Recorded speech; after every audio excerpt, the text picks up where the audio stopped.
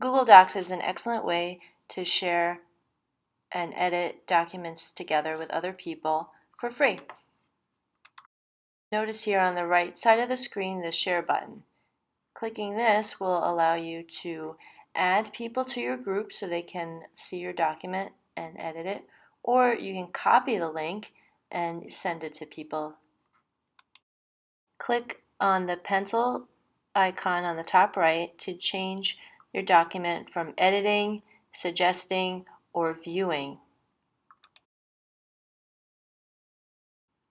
Suggesting allows users to make a suggestion to your document without actually changing the file.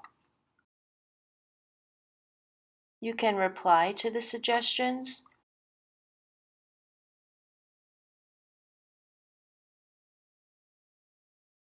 Click on the check mark to add the suggestion to your document.